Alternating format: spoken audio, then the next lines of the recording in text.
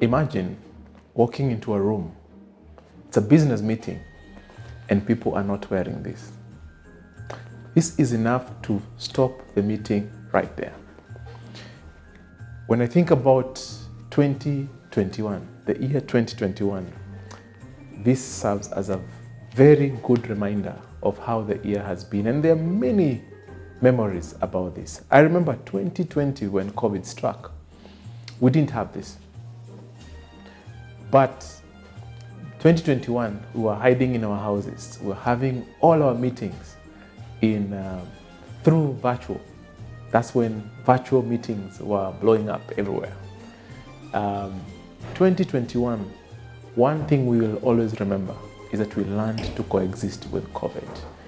And this has become an important business tool. If you don't have this, you can't do business. And there are good things, and there are things that we will remember about this for this season that we are in.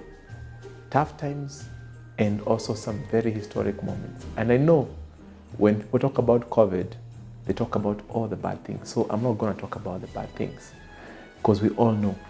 I want to focus on a few historic moments that this will always remind me about. Number one, we have seen the most valuable company, which is Apple, to continue hitting unprecedented highs. In November, Apple hit $2.7 trillion. Just to give you perspective, Africa GDP in total is $2.6 trillion. So we are saying one company, the most valuable company in the world, Apple, is more valuable than the entire African continent. 54 countries put together in this time of COVID. Constant reminder. That's one thing I will remember. Another thing that I will remember is that we have seen an unprecedented growth.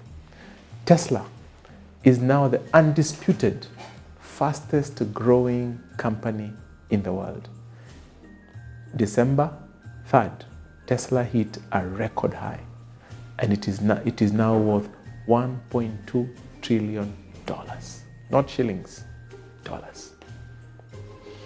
That means Tesla is almost half the entire GDP of Africa. One company. And that also has also changed the ranking of the richest people in the world. And Elon Musk, who is a major shareholder in Tesla, is now the richest man in the world, worth $230-something billion. That's a lot of money. That's a lot of money. And all this has happened in this time of COVID. That is global. Let's come back home. This year, we've seen Safaricom continue to increase its dominance as the most valuable company in East and Central Africa. In August, on August 23 and 23rd, and something interesting was happening in August. There was a massive recovery. We saw Safaricom share price hit 44 shillings and 95 cents per share. Remember, the IPO was at 5 bob, and at some point it went to 2 shillings and 50 cents. It has grown to 44 shillings. It had grown on August to 44 shillings and 95 cents, which translates to its worth being 1.8 trillion Kenyan shillings. Again, just to give you perspective, the entire Kenyan budget for 2021 to 2022 is 3 trillion. So Safaricom became worth more than half of our entire country budget. One company, again, in times of COVID.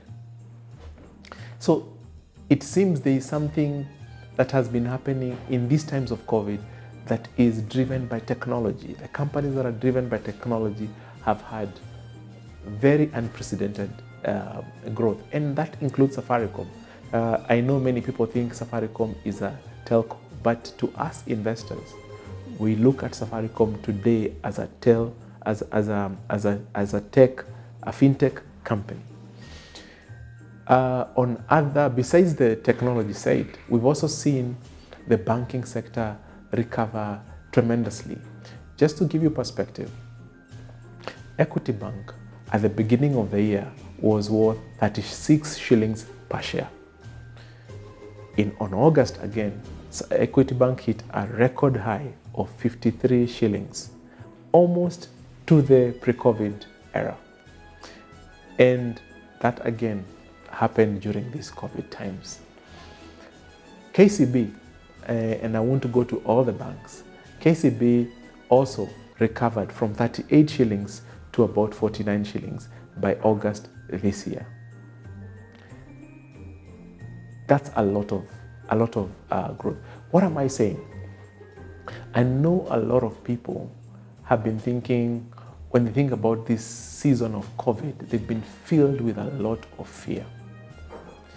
And I'm reminded of a quote by Warren Buffett that said, when people are greedy, be very fearful. And when people are fearful, be very greedy.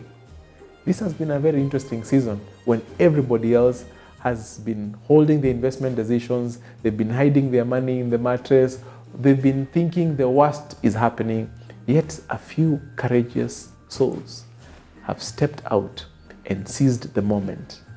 And as we come to this end of the year, I want to say thank you to all our customers here at Nabo Capital who have had faith in us to seize the moment together with us and have invested with us and have stood by with us throughout the years.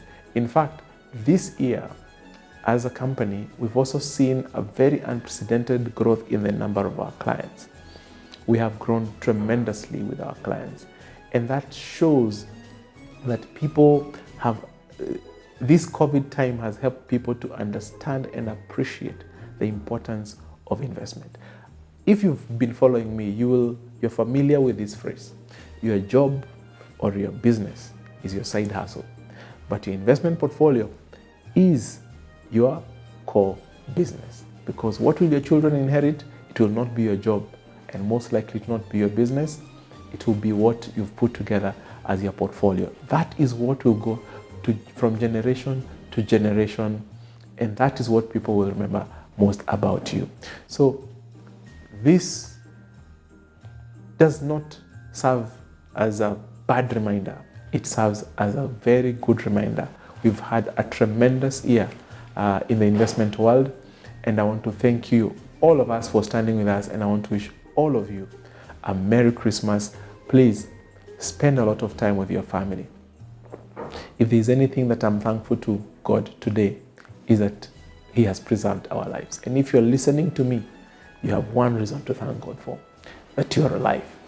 So wishing you a Merry Christmas and a wonderful time with your families.